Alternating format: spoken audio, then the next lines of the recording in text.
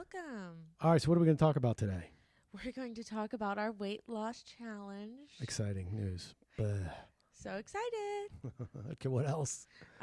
We're going to talk about our comments that we received on our last Yeah, the failing of salons and the failing of our growth in the industry. and what's failing Follow and up on what are that. we doing?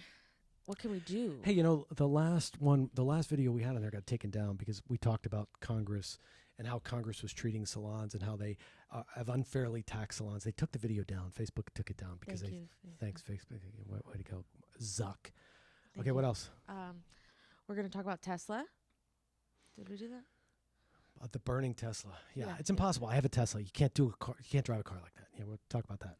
We're going to talk about Pascal and how everybody has been amazing and how our March numbers and where we're at. Wrap up the sales for us and our Yeah. company and Yeah. talk about collaborating and how we've just been experimenting with some new ways to get inspired creativity flowing in the business. Lululemon. I'll be talking about him for a while, but the CEO of Lululemon and his book my and the dad's founding book. principles is a super interesting guy. Stay tuned. You don't want to miss it. Oh my gosh, there's so much. So please stay. Are you ready? Ready? I know you've been ready. Been waiting for a while. That's okay. Thanks for lunch. So welcome back. And this has been a little bit of a hiatus, couple weeks 2 off, weeks. 2 weeks, right? And we have some things to clean up because we had a deadline. That probably why we didn't do this for 2 weeks. Not that things have gotten any better. They probably got worse. So we'll talk about that. And a lot of other stuff. But I guess we could start with that segment because that's the fail. That's why we haven't seen you. We got to start. I don't want to talk about that. I know. That's why we didn't talk about anything. Just go silent about it. Just be quiet. Because, yeah, it started off like gangbusters. Boy, that was awesome. Started off so great. Like eating clean, working out a lot, doing great. And then it just, was it Easter? yeah. I'll blame it on Easter. When I got lobster and steaks. Yeah. Downhill. But, okay, so we're talking about our challenge, just for anybody that doesn't know. We had a challenge. Yeah, there's people that are waiting to I find out the know. results. They keep asking. I saw 2 people anyway. I saw an audit, and like the first thing she said to me is, "What's going on with the challenge?" I was like, "Oh man, you're really into that challenge more than I am." Tracy, Michelle, and Audrey, the 3 of them have said, because they're waiting to see who gets to stand on Immokalee Road. Well, you know what was so funny is that I was scrolling on Amazon, and in my recommended items was a bald cap. I was like, "Thank you, Talked about it. Amazon. And there it was. Good. Thank you, thank you." So as to end on the ending date, so I started off good, and I think I ended up losing first 4 or 5 pounds the first week, and then it went back up. So the net loss over that whole time period was 2 pounds. Wow, that's a big fail. As I gain more again. So I don't know if you want to talk about yours or if you even know yours, but I know you weren't allowed to say pounds because it was against your religion, I think, right? Yeah, we don't talk about that. That doesn't exist in my world. I did initially lose, and then I gained it pretty much all back. So I think You actually measured? Did you measure? Yeah, I did from the beginning, but I think I lost. Okay, well, should we try it again? Yeah, double or nothing. How about that? Yeah, I'm good with that. And I guess they'll know that we're failing if there's no more episodes. Okay. We'll just avoid each other forever. No. All right, so we'll start again. Okay. And we'll do our progress each week. And how many weeks? And same thing, we're going to do percentage of body weight, right? Yes. How many weeks you want to do? Today's April 19. It's Monday. Happy Monday. Happy Monday. 4 or 5? Or is that not? What do you think? That's fine. Just do, let's put us at April. Just not on my birthday. Oh, you want it finished before your birthday, right? Yeah. Gotcha. Makes sense. Okay. Today's the 19th, and we're going to go to 26, 1, 2, 3, 4, 24th. So it ends on the 24th? Perfect. Okay. Hey, what's Tesla doing today? Not that I'm buying Tesla, but what is it doing? What? Down 30 today? Okay, that's that accident. I knew the accident would do something, and that was crazy, that accident that happened on Tesla. Did you see that? So they're trying to bash Tesla. They're bashing Tesla right now because they're saying that these, tragic accident, 2 people died, that they lost their life because the car was on autopilot and they were both in the back seat. But the thing is, it's impossible for the car to be on autopilot and for them to be in the back seat. So that's what they're reporting, and everybody's freaking out about it. The car won't drive. Wow. If the car won't drive. I didn't even hear about that. As soon as you unbuckle your seatbelt, it automatically slows down and stops. So even if they tricked it, they buckled the seatbelt that way, you still have to have your hands on the wheel. Right. It's gonna nag you. So whatever they're saying, that can't be real. Like, they don't have the facts. No, I wanted to see if Tesla stock went down after the accident because I knew people would overreact because they don't have the facts. Maybe the people died. I mean, the battery blew up and it burned. They had to get 30,000 gallons of water to put out the battery. But cars burn too. They have gas. Gas combustion cars burn too. But all right. So were you just looking that up? Did you look at the comments from the last video that we put out? That we had a conversation about what? I had multiple comments that I was thinking.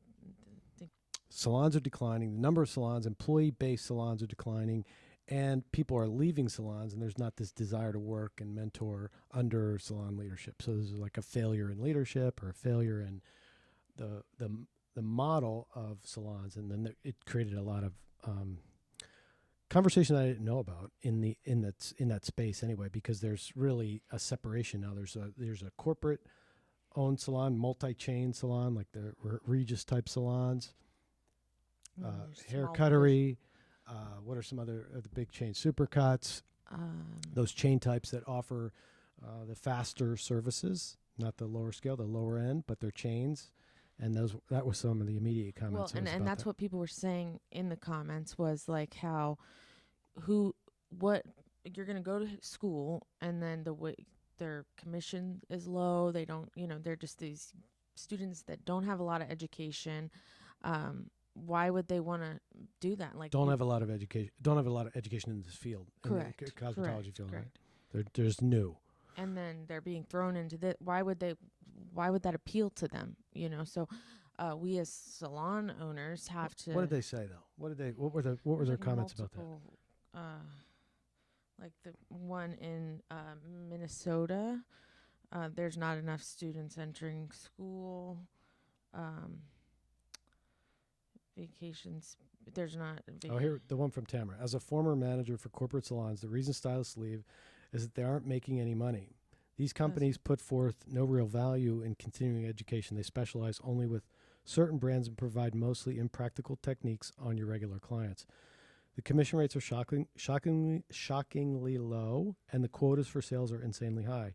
Why does someone want to do a $20 haircuts in a turn and burn salon to make only 43% commission?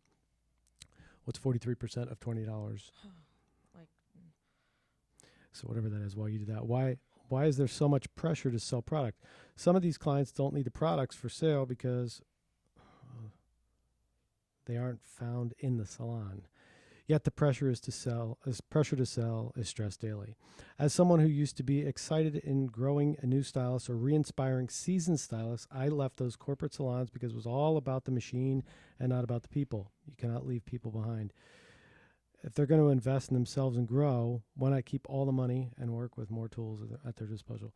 We need to reinvent the wheel and stop pushing corporate salons as they're the only way to learn and grow. So what's that amount? What's 43% of? $9. $9, so...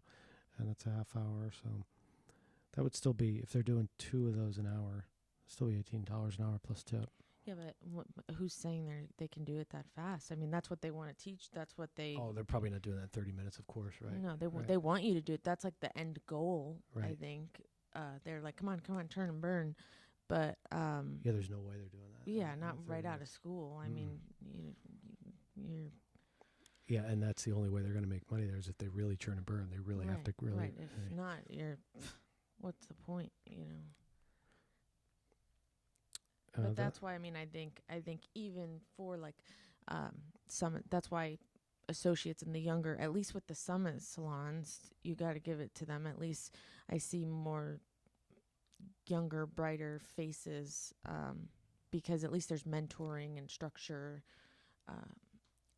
Even if nothing's perfect. I think it gives a great framework for salon owners, especially when most of them have a great background and are great creatively. They're exceptional stylists who then open a salon who don't have the business tools. So I think, having a summit structure is fantastic, or strategies. And I know there's a lot of other companies out there that have some sort of structure that they give to people. I think that backbone or basics of it is really good. And we did it too. We had our version of it too, and it gave us a lot of things that have helped us to get to where we are. And where I didn't utilize it correctly was I made it too much of a formula and didn't recognize the individuals, that people have different strengths that might not fit into the systems exactly that way if you're only looking at strictly numbers. And that's what I was saying before when we read a comment in one of the groups, and it was like, why are your stylists not jumping to the next level? And a stylist chimed in and said, well, maybe it's not us, because everybody all of a sudden was like, oh, they're not pre-booking, they're not doing this, like immediately getting on them. They're not selling retail. But as a younger generation, I want to do what feels genuine to me, and I think a lot of my peers want to do that as well. So having compassion and empathy, I think, is kind of what that gentleman's comment was about. Like, we're all human, and we want to do what provides us passion and love, and it's not always all about money, as we've seen. It's not. So what would that be in terms of practical, real world stuff with a stylist? So if a stylist is, or in your case, if there's sell more, what would empathy be like? How would that, mapping it onto our team or our group? Well, I know for me as a leader, as I've grown and evolved, even where I am and the people I'm leading and such, I originally would get like so frustrated with them when they wouldn't do what I wanted them to do, and that is not the way to get people enrolled in.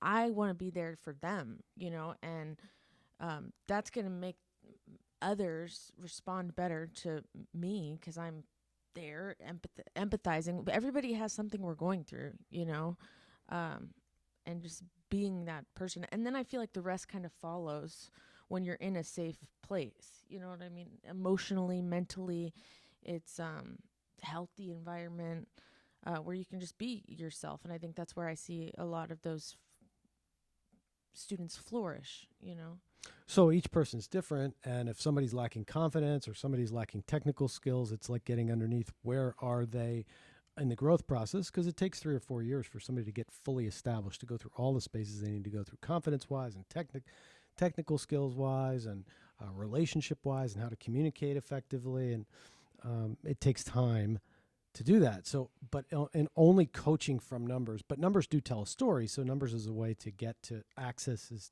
to what has happened. Just like if you look at retention, well, if retention is, how many people are you making happy that want to come back?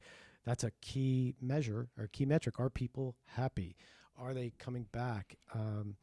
That's a measure that has to be looked at. So if they're not, you're coaching from that. And what's missing in that, asking people, well, why didn't you go back, or why aren't you going back? But to individualize, and we're not using that system right now, so I don't have any real world examples. I know when we did it, that it was strictly about, I turned it into the coaching that I made it He's be talking about. The summit system. The summit system that we had it be was numbers, and it did move the numbers, but it became about the numbers and less about the Humanity. Guest in the chair, the person in the chair, making them happy. And it's really if someone's going to get for products, for example, because she mentioned products, they're always talking about selling products, sell products, sell, and that's a key part in the summit system is product per guest or dollar per guest. And that's what I mean, where if you're genuinely happy in what you're doing and this is your love, your passion in life, you're going to want to tell people about product rather than make it about sell.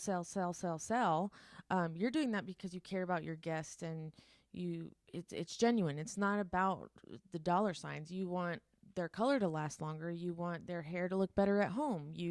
It's like a cycle. Well, that's where the authenticity, that's where the reality comes in of, I want the end result. I want you to be happy. I want you to come back. I know that if you use this product, which I know a lot about, on your hair when you get hair color, it's going to have your color last longer. You're going to look better longer.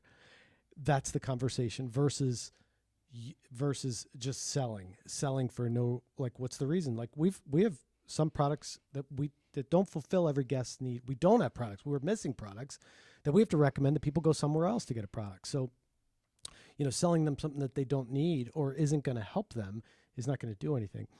If they love what you do and they trust you, they have to buy shampoo and conditioner anyway. Our thing is, like, listen, if you're already buying it, this is for fine hair, we know it works well. If you love us, support us, here's our shampoo. You can buy any shampoo you want, but here's ours. We're going to tell you about it. So that's giving them that option. What I've noticed on the other end of it, like I went and I got a facial a couple weeks ago, and I was ready for her to tell me, what can I do at home? Because I want my skin to look good at home. Like, I want your opinion. You just spent an hour with me. Tell me what. She didn't say a word. And I kind of felt like I was like, okay, like, thanks. Like, well, of course, people are hungry for that. They want to know. I mean, they're coming to an expert. They're coming to any high-end salon. You want to know, well, how do I care for what do I do? What's my routine? How? And people genuinely want to know about what the best ways. How do I take care of my hair at home? How often should I come back? What should I use? Or What's the best saying one?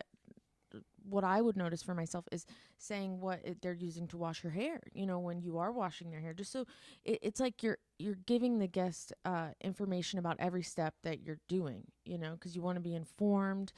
That's how I felt when I got a facial. I wanted to know, what are you doing? Tell me what you're doing. Tell me what you're using. And I mean, you kind of have to feel out every situation, obviously, but that's a part of our industry. And well, we found that out many years ago. We asked people, what do you want in your visit? And that is one of the things they want to be educated on how to take care of their hair, how to do their hair. They're coming to a professional. So it's not, in that case, it's just not about the sale. I'm reading a book about the founder and CEO of Lululemon. And it's a fascinating book because it goes through the whole story. I mean, the guy created a whole space, whether you like Lululemon or not. It's an expensive athleisure line that lasts a long time, but he created a whole space because women now have that they wear that not only at the gym or at yoga, but they wear it every. a big company. It's like an aesthetic. Broke the model up of the retail market. He broke up because typically retail always had this middle person. So the buyers bought from the people in the middle, and then they had stores that sold. It didn't go directly from manufacturer to store. There was people in the middle. Well, this was the first model where they had their own manufacturing and their own stores together. So they kind of broke up that whole industry and made a big impact on that. But also in his sales aspect of it, when he hired people, he's talking about how he wanted people to be educators versus salespeople. So in the stores, that was how they were training them, is to educate them on the different fabrics, the different shapes, the different sizes, and the things that they sold. And that's what their role was. They weren't measured on their sales. They were measured on, I think they had a formula actually, where if somebody looked at a product for 6 seconds or longer, once it hit that 6-second mark, that you would offer some education about that particular product, and then move on to the next, or wait till they hit something else for 6 more seconds. But educating and teaching people, and that's part of that process too. And that's one of the things that we have a process for that, for people to educate people, and 6 steps of service to give them that. And we kind of ended down this avenue only because she mentioned, well, why they pushed us to sell products? Well, we got into the pushing end of it, into like, when we were doing Summit, using that, and it's not Summit's, it wasn't Summit at all. It was my own interpretation of it that way, because I got many, many great things from it, but only about numbers. It's just only about having it only be about numbers. We have somebody who is in our program who's been here for 17 years now. Her name is Maria, and she's a shampoo person. If you know us or have been around us a little while, you'll know who Maria is, because she trains everybody and is amazing. But she has a unique gift and skill as I hate to call her a shampoo person, but literally she's a healer at the shampoo bar. She does amazing things with people. She has a background in massage.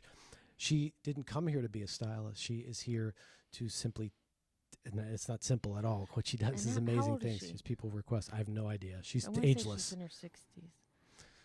I don't know. But you just would never guess. And she's just the kindest, most amazing soul. She doesn't fit in any formula. She doesn't fit inside of, we have to train them to do this and train them to do that and teach them, the different levels of, but she fulfills something that's really special, and people really need her. At times, they don't just need a stylist who's aspiring to be, who's an associate, who's aspiring to be a stylist and in training. Her role is what it is, but that's unique. That didn't fit anywhere else inside of a formula. She's someone special. We have associates who come into our program and really are ready within 6 months of being in the associate program to be on the floor. And then we have some that require more, maybe 2 years before they hit that confidence mark. So there's never any one size fits all, and kind of being in tune to what each individual person needs, what their needs are. And that was sort of just kind of looking back on the commentary that came in, because a lot of it really, that's the industry right now, is you have the corporate chain salons, and then you have independent salons, smaller chains that are the remaining employee-based salons, because there aren't a lot of them. There aren't many. And that's what somebody right after her. That's what somebody right after her was saying, or even reading these comments. I mean, people are like, "I seriously quit 32 years ago," so on and so on. Where was the one I was looking for?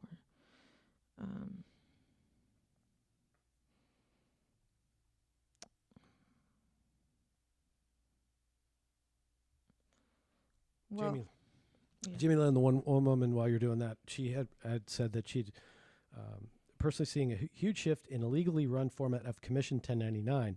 I've been fired from 2 salons because I informed them that this is illegal to do. So I was never rude or attacked the owners. I just professionally and calmly let them know it's illegal to pay commission and then issue a 1099. It's so frustrating. I can't find a legally run shop that doesn't make you feel like a workhorse and then threaten your job if you don't sell product to a certain amount of customers a day. They are ripping the passion from me, and I've been doing hair for 17 years.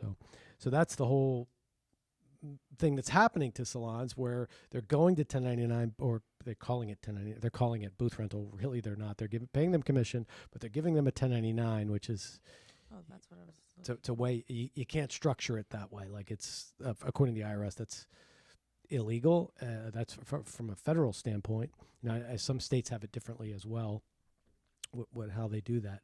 But there's certain restrictions that there are on people on what you can say. Well, one of the ones we were reading was talking about whether how do I get my booth renters to clean? You can't. You're literally renting them. It's like renting somebody a house and saying, keep it clean.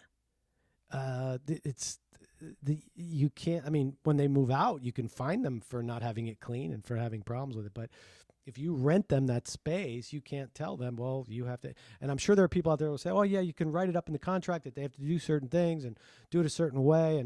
And there's a very fine line in the IRS code that requires people it requires the business to not put any mandates on a person who's a 1099 or somebody who they're subcontracting to, because they're essentially not, they are not, period. They are not an employee. So you can't tell them what to do and how to do it. That's the difference between the two. Did you find it? No, but there was something else I did find that I wanted to comment on. Um, so so Tamara also said, it also pains me to see the excuse they are millennials when the machine isn't serving them. These corporate salons bleed them out of their energy and commission to placate them and make them lazy. They restrict hours and availability with their booking systems to force them into lower commission brackets, provide them with unreliable color lines, and wonder why people are burnt out and want to sit in the back room. That isn't lazy. That's them showing they are able to feed the CEO and not themselves. Stop making excuses for poor treatment of young stylists and feeding people. This is one-sided view of the industry.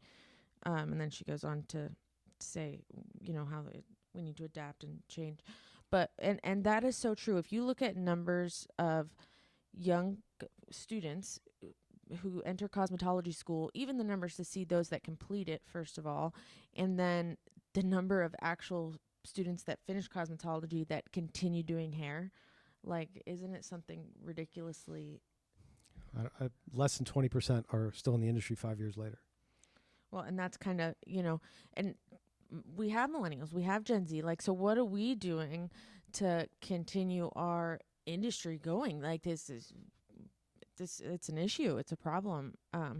What are we doing as mentors to change and adapt because it's not a bash on corporate salons either, because I don't know that whole world. This was kind of eye-opening to me to hear these comments about this. And it just represents a few, because I think they have a niche there too. I think there's definitely a niche for those salons, and I think they do their part. This conversation started with, well, like you said, how do we adapt to the workforce that's there right now? And, empathy, kindness, understanding what it is that they want. People, I mean, if you look back even just, I think, to the 20s or 30s, 1920s, 1930s, the average work week was 75 or 80 hours. Wow. And now it's 32 is that's what people want and what people are requesting, and what is comfortable. What works for people is have 32-hour shifts, or 4 days, or whatever that, 4 days of 8 hours, or 3 of some combination of that. So it's shifted from that. And if somebody wants that and they work best under that, especially in this industry, well, want to adapt to that rather than saying, well, everybody needs to conform to this one way. It's the only way. Well, that's just an example. And this is something we talked about, I think last week or the week before. We were doing like a Zoom call. And a woman on a different group was asking, all of my staff keep requesting a Saturday off. What do I do? And people were like, absolutely not. No, they need to work Saturdays. No, or they can submit a request form and blah, blah, blah, whatever. But 6 months in advance, right? Yeah. So there's one woman said 6 months in advance. Like, what if people have children? Like, we have lives. And what I've learned with my group of stylists in our salon is that once you have that rotation, if that person now wants Saturday off, that's when you need to have somebody else that's willing to work Saturday. That's why constantly growing new stylists is so important, because somebody will be there when that person doesn't want to be there. You have to continue to grow your team. And if that's what that person wants, and there's coverage, and then that's okay. It's okay. So rather than being angry. Well, some people can do that without, some people can have that type of requirement. Some people can have that. They have that rapport with their stylist and their team that they can create the system that's like that. And they're all willing and work well in that environment. But you've created that relationship with them. You've created that rapport, and you can make that work. That's great. Those of you that are in there saying, I can't get people to do it, you're going to have to look at another way, because obviously you don't have that. You don't have that relationship with them to say, listen, we need to have, one of the solutions was, listen, we need to make so much a day. I think we talked about it. Oh, yeah, that was like... We need to have so much on the book, or we're going to close. If we don't Right. have that many people available, then we're going to do it that way. But that was leaving some of the choice with them too. So where's the industry adapting? That's what I also, and I'm we're always learning. And so every day is like a learning day in this, in life in general. But what I like is when a stylist is able to look at their book and see, like, okay, they can decide themselves. Like, okay, we have ample coverage. You know what I mean? Like, they can figure it out themselves if they can have the day off without having to submit a, just a bunch more mumbo jumbo. And that's when you have a mature team that you've educated or trained to that degree. I mean, that takes some training. It takes time. I mean, that's not only going to be, well, and somebody I'm starts not there. knocking anybody that. No. But we've taken the time to teach people that, so that it's not, oh, I need to submit a form and you're the bad person. The manager's the jerk because they're not giving me the time off. Well, if it's planned, if it's taken care of, if the business has a responsibility too. They got to pay the bills. They've set themselves up. They've got health insurance expenses. They've got taxes. They've got electric. They've got all these other huge rent expenses. A lot of expenses. Color. And now unemployment rate just went up. So we just got hit with another extra charge because the rates went up, and we're gonna have to pay that. Even though we had no one on unemployment throughout this whole process, nobody has collected from our business. Our unemployment rate went up, and we had no unemployment claims. But that's one more area that businesses have to be responsible for. So, in however that gets managed, but our goal is to increase the success rate of the industry, not just our salons, but all salons. Just increase the level of love and care and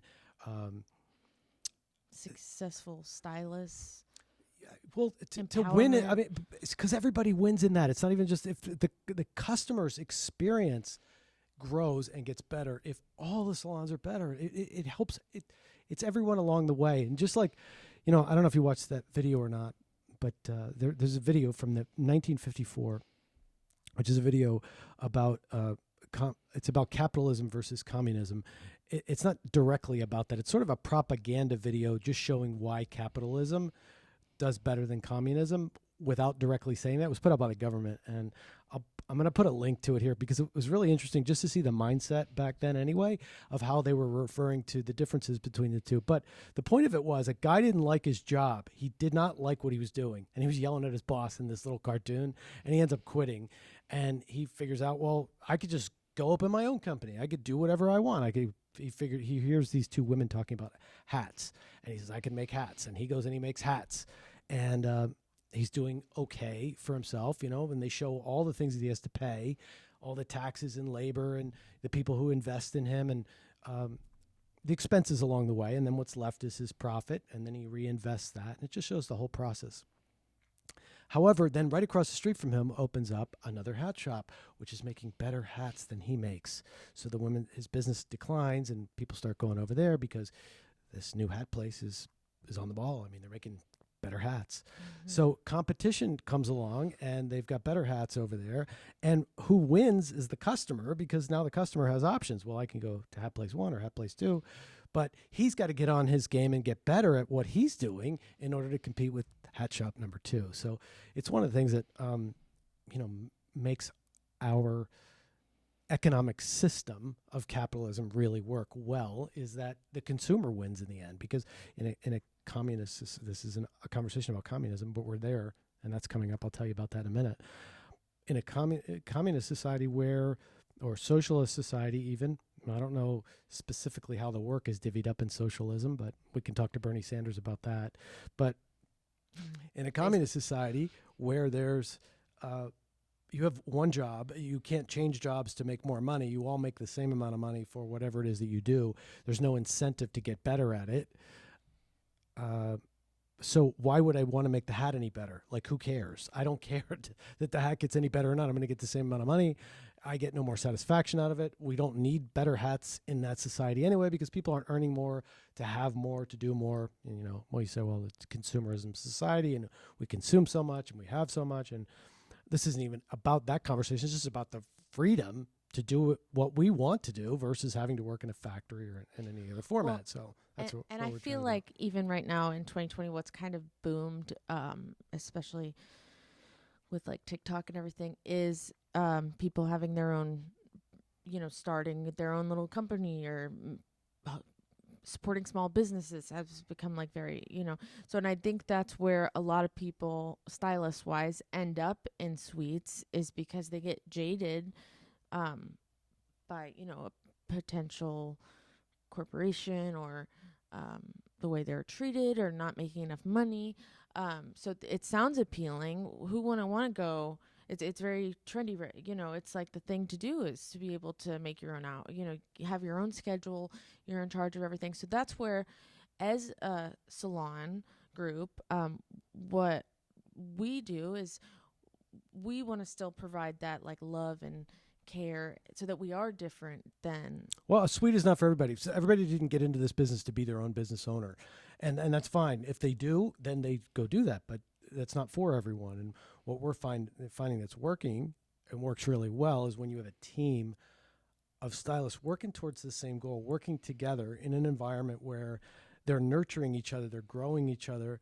You end up with a better end result. You end up with a better product in our environment. That's not for everybody else. Suites, if they do suites. Yeah, and there's nothing wrong with the way anybody, whatever works for somebody, works for you.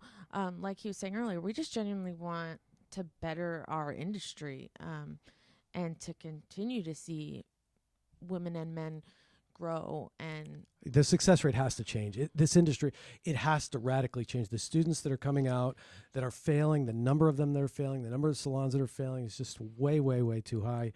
So if you've commented on something from the past, thank you for taking the time to comment, yes, put feedback, or even if you just watched it, thanks for giving us and the community of the industry some insights. You know, so it was great. We had a lot of interaction, a lot of people that had some really great things to say. So thank you for participating in that too. You mentioned something else, and this came up because when I look at what happened to us in March, we had a tremendous March in Florida in our salons. I mean, March was, you know, kind of over the top historically, if you were comparing it to the past, and how we almost came close to beating March of 2019 and the number of guests we saw.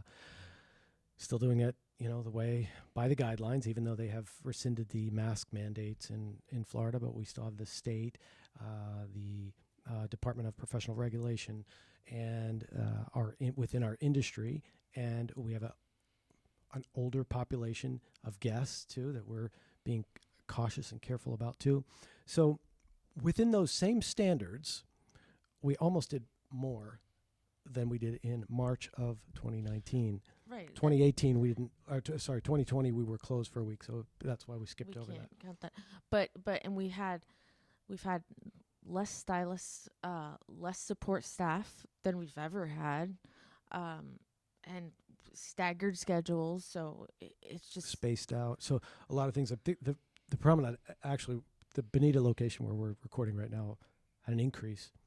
18% up over any other month that they had ever done. They had done the most they ever had. What an incredible team. Now, those that remain, just because the whole salon, if Bayfront didn't do more than 2019 and the Village did close to what they did in 2019, the individuals that were working had an increase and saw more guests and did more than they've ever done in the past. So everybody has grown tremendously.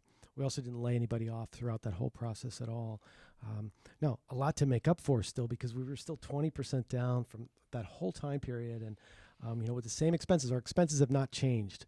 So we've had the same, but we've had a decrease in sales. And then we lost that 5-week period, which I'm grateful that it was only 5 weeks, because it was, you know, 7 months in England.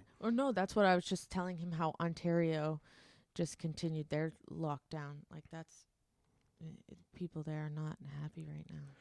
So we have openings. We have people, you know, for those of you around the world, you know, we have opportunities for you in different places. Yes. So the other thing we've been experimenting with, and this is like always evolving and always changing and always doing things new and differently. You know, we're in our 41st year of business, but looking at new ways we can do things, and, you know, a collaboration. You know, we talked a while back about having some of our friends from the Great White North come down and join us, and that's happening or in process too. What do you call that? Delco? I'm learning. Delaware County, that's Delco, yeah. Okay. Yeah, Delco is from Delco, yeah. I'm a Naples girl. You've never been there, have you? When I was a baby. You were a baby. Yeah, you probably don't remember it though. I totally remember stuff. Do you? Yeah. Do you remember at Aunt Mel's house? Just from the video. Okay. I remember sitting. Just from the video. I remember from the video sitting on Aunt Tracy's lap, and Nana, or maybe I was sitting on Going to the Nana's. airport on the plane. Yeah. So a collaboration with our good friends from there. But we've also started another collaboration, which just had its first, ended its 2 weeks this past weekend. And that is our friend from Chicago who's become a member of our family. And he's doing it with a commute back to Chicago. So Pascal has fit in wonderfully with the team there, and the chemistry has been extraordinary. You have so does he fly back every... Yes. Oh, man. Yeah, it goes back. And, years ago we had Jerry that used to do that at the Village. He would go up to Michigan for 1 or 2 weeks, 1 week, I think, a month, to do his get clients up there. And then he'd come back here, and that's what Pascal will be doing. But one of the things that was really critical about that or us being able to have that happen. So this is like a collaboration, something new that we're trying out where, we see what the chemistry is like, bringing somebody in like that. And this was something that sort of got formulated from a conversation with Robin, because she had been working with him in other ways. And we needed a strong cutter and had some experience. And we normally don't do that because it does mess with the blend of the chemistry. But this so far has been extraordinary, like really a great fit, because he's got a lot of humility. And, we have such a generous and kind and loving team anyway, and they just sort of accepted him into their crew. And if he had any arrogance or any over ego, it wouldn't have worked. That's how the group works. Well, and it's kind of cute to see how everybody there kind of, they take care, Robin's like, okay, I got it, that's one of the great things about what we've been going through in this past years, that amazing people have been just helping amazing ways that they never. Yeah, everybody's been extraordinary. Before. Our crew is just, the leanest, most extraordinary, best, baddest, incredible team ever. Like in all aspects in each group, and they're smaller than they've ever been, but they're getting more accomplished with that small group. One of the things that in the book that I'm reading by the founder Lululemon Chip, he said, one of his quotes was, I only want to go to work with people I love to work with. I only want to go to work with people I love to work with. So that is so important, especially in this. That's really the bottom line here, because if they don't love, they're spending so much time here. You think about some of the people who've been here for the number of years that they've been here. 37 years, Diana, maybe even more than that. I like Diana, how you say, Diana's a long time. Almost 40. Lisa, 36.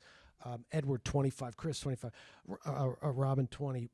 Christy, 14. Jade, 11, 12. Brittany, 11, 12.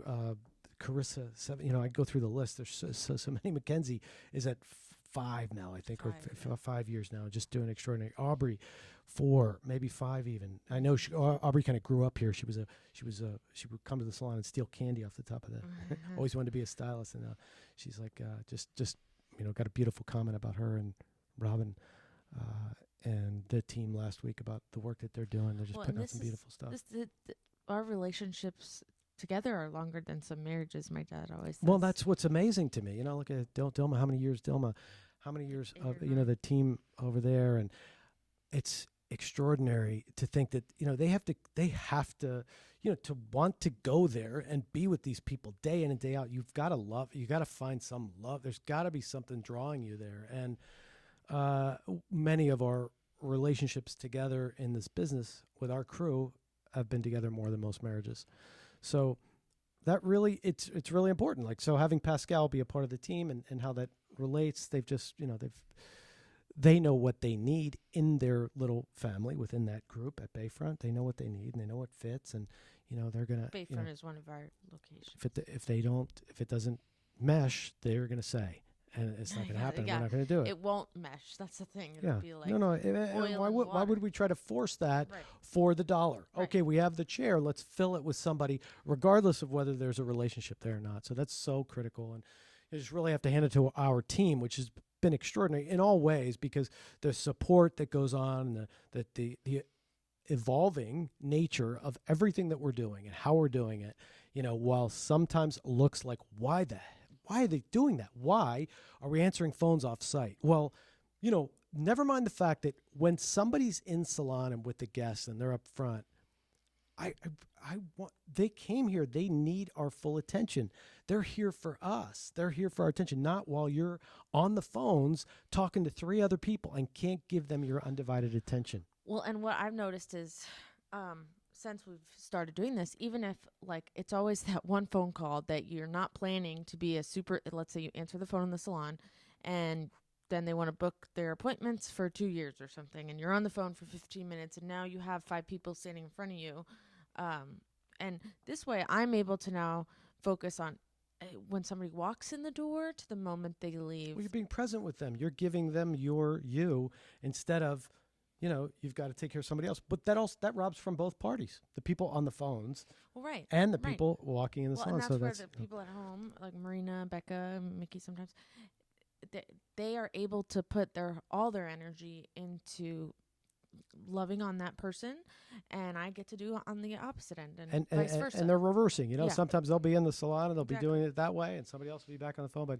But in separating those two, because it's not common, it's not always. But one of those other areas that continually changing, and maybe we've got work to do there. I'm sure we do too, and how the phones get answered and how quickly they get answered, or you get responded to, and we're working that out. But at the same time, it was one of those gears we had to shift in the course of this, but could be a very beneficial to everyone involved because of that, because we're always trying to serve our guests. What better. Can we do to serve our guests the best? What can we give them the like best the two service? hat shops, that two hat shops, the one hat shop comes along, and I have to do a little history about that over time, because there's been competition that's come to town over time, and I remember the conversations that we would have over when the plaza opened up, which the plaza is being knocked down now, but many years ago, the plaza is on 3rd Street. It was when we were at 13th Avenue on 3rd Street, when we were above the old Naples pub, the second downtown salon, after the move from the original. They were building the plaza, which was a brand new shopping center down a bunch of square footage, and there was another salon that was going to be going in over there, and all the staff were talking about it. There was like, they're putting a new salon in there, and they're going to have tile floor. That might be marble floor. We better watch out. They're going to do this, and they're going to have chandeliers, and they're going to serve this, and they're going to have that. And the conversation around, oh my gosh, which was actually a good thing, because it forced people to get in their game. Like, because there weren't as many salons. It wasn't as fragmented, but forces that, just like the two hat shops, to get better, to always be better, to do more. Well, it's even like I remember when Phoenix first went into Bayfront, and there was all that like, oh my gosh, can you believe our salon's literally like 2 doors down from Phoenix. There's 2 of them. There's another one that's a sweet salon. But that started a couple of years ago, and I remember everybody's like, oh my gosh, what are we gonna do? And now there's even another, it's called Bayfront Suites, which is like opposite of that. So there's 2 salon suite groups and then us. And that's where everybody's going to have their own niche, whatever they are. But we want to do whatever we can to be the best at what we do, like constantly grow and enhance and just love people, Well, you'll get to experience that. So if you haven't already, you got to come in and see us. And our, if you don't know, if you're just watching this, you don't know who we are, what our background is. We've been doing this for 41 years. I haven't. She hasn't. I haven't. We've all grown up in it. We're a 2nd and 3rd generation family business. So we breathe it. We love it. We live it. It's in our, and we have a lot about it. Shampoo bowl. And my grandfather was a freaking bad, amazing stylist. And my grandmother, his wife, beautiful, beautiful, beautiful woman, kind, loving. She was kind of like the backbone of love. And then he just did amazing hair and had talent.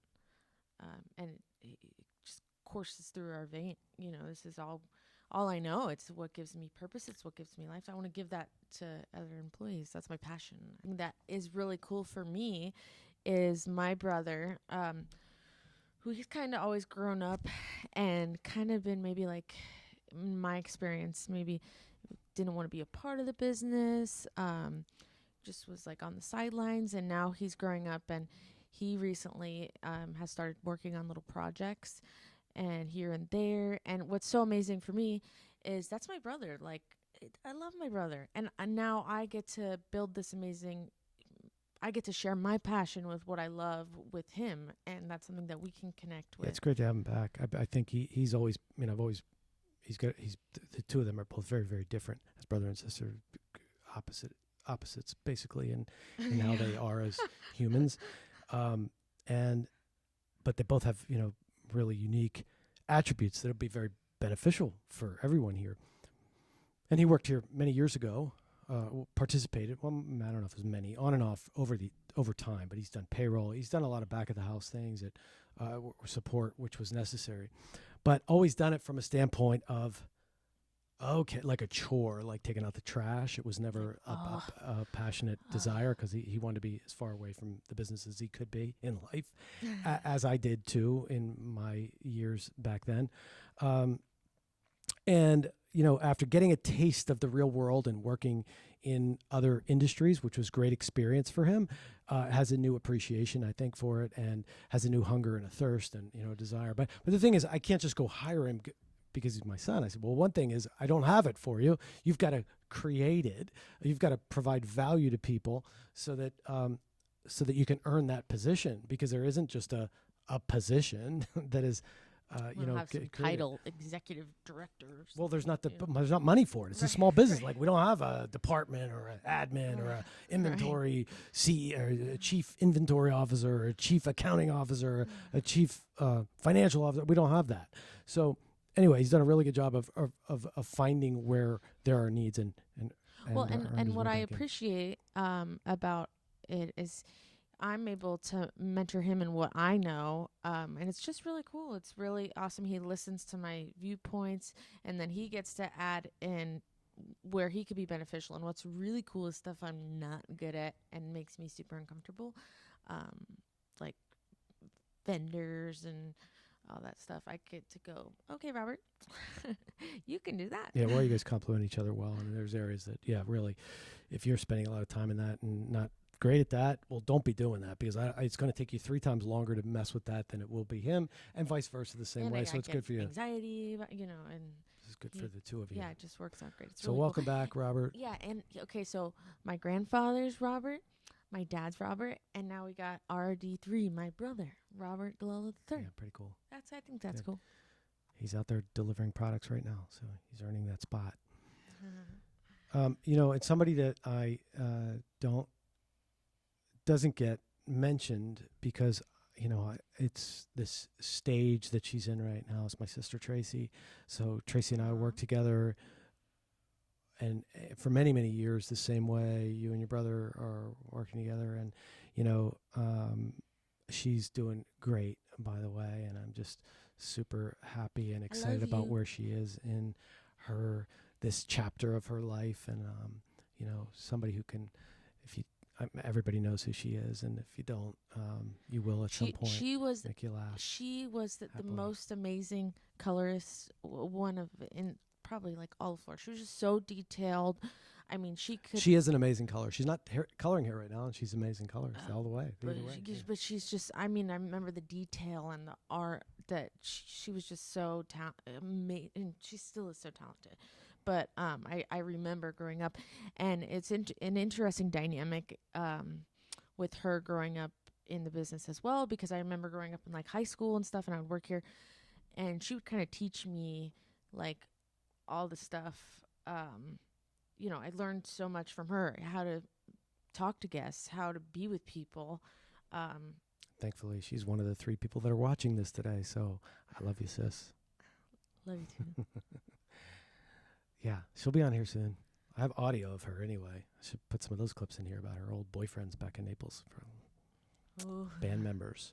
And some great stories about that, too. She has the best sense of humor. So how are we doing? What did you do to your hair today? Because Lexi usually comes here 2 hours before we start the podcast, too, and she does things. I'm not sure exactly what she's doing, but she spends a lot of time on it. What did you do? This was typically, I'm a little... typically I don't wash my hair at home. I like to wash it in the salon because I'm in the salon every day. Why shouldn't I have it washed in the salon? And I'm not necessarily blow dry during season if I'm lucky. But I washed it at home today, and it just wasn't looking so cute. So I just flat ironed it today. So yeah, Okay. So you did. What product you put in your hair? Nourishing gloss and care remedy. Is that what you were cleaning up off the floor? Yes. The gloss. Yeah. I squirted it and went shoot. Okay. We just had the whole place clean. And he's like busting his butt to get all this set up, and I'm like, okay, do I look pretty? How do I look? Yeah, hair and makeup in the green room. She's in the green room. That's okay. You need. I mean, yeah, if I had stuff for you to do, I would have had you doing it. But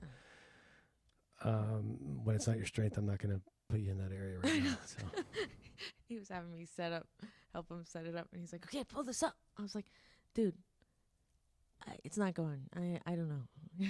It's okay.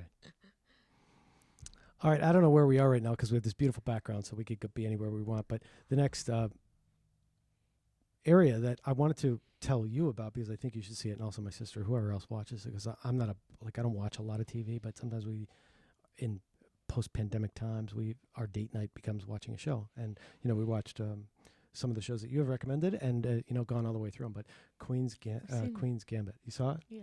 Probably. I mean, wow. I don't do reviews of any of that stuff, but mind-wise, mentally, like there's no action in it. There's not even a lot of romance. It's subtle romance. I think it's you not taught about chess. me chess as a child too. Well, that's why I love it too, because my poppy taught me chess. Like one time, he always work. He was always so busy doing so many other things, and I'll never forget the time he called me downstairs. He said, "Son, get down here. I thought I was in trouble, or gonna have to go do a chore, like wash his car or take the trash out or something." And he said, "I want to teach you chess." And it was a moment where he actually spent time with me to teach me chess, and that was our thing. We would play chess together. And not that I ever got good or. Oh, you taught me chess. But I was happy to learn the game and love the theory of it and what little I do know about it. But that's what the story was about. So I taught you chess too. Yeah, so you know how to play chess. Yeah, I'm going to teach Michelle how to play. But that movie, I don't know, it was just brilliant because it was. I love the fact that it was about chess, which is like it's like a story about golf. Yeah, I know. When I first saw it I was like, is this really chess? Really? But it really is such an incredible story. It was so brilliant. I mean, the struggles that human beings deal with, especially her in the genius level, but also more than anything, the eras that it takes you through, that time period, the 50s and the 60s, and the looks, and the hair, and the style, and the smoking everywhere, which is she was so a much woman.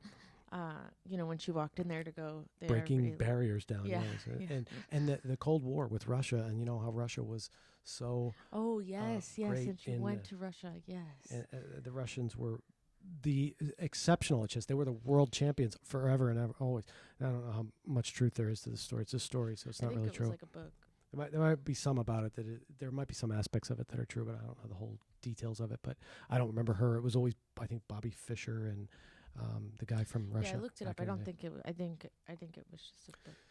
Great story, but great but movie, and just really the era that it covered with was really awesome. And Russia, again, back to communism. So to see what the Cold War was like and what the way the two countries existed was really, I love this historical time period. So check it out. Also, I'm going to be talking to a couple of our own people in our own family who were raised in communist countries, Dilma and Marina in Russia, and Dilma in Cuba.